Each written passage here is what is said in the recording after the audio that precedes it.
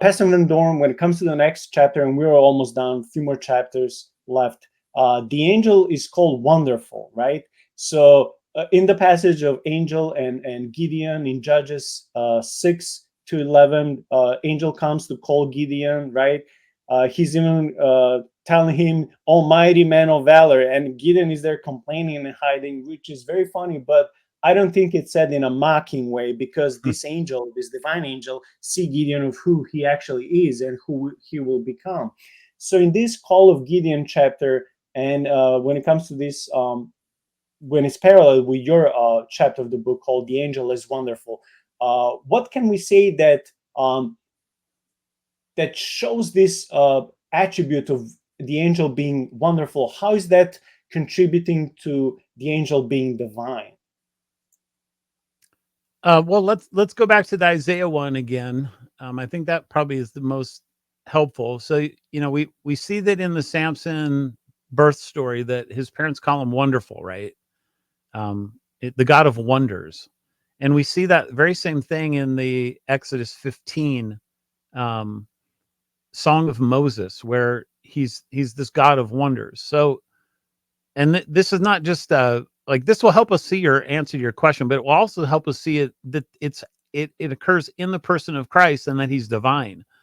And it's in a really crazy place, because Isaiah 9:6, very well known as a messianic prophecy, for us a child is born, to us a son is given, and the government will be on his shoulder, and his name, there's the name, shall be called Wonderful, Counselor, Mighty God, Everlasting Father, Prince of Peace.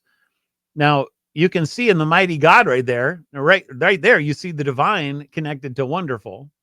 Um, in the Samson story, he's connected to the angel of the Lord. So now you've got, he's the angel and he's wonderful. But uh, what the Septuagint does with wonderful counselor is it translates that as the messenger of the great council, or the angel of the great council.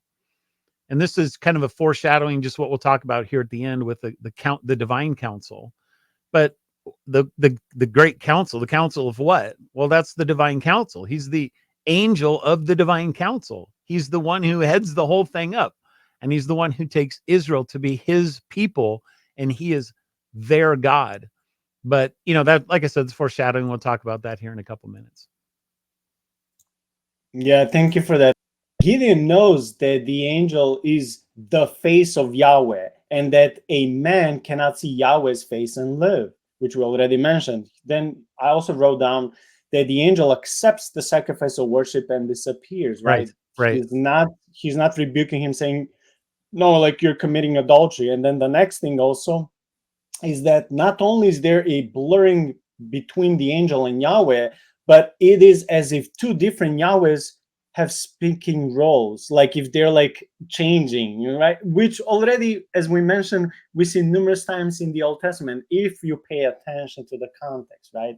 So again, this is a beautiful passage which just shows that this is not simply an attribute; it's a divine attribute and role that this divine angel of the Lord has.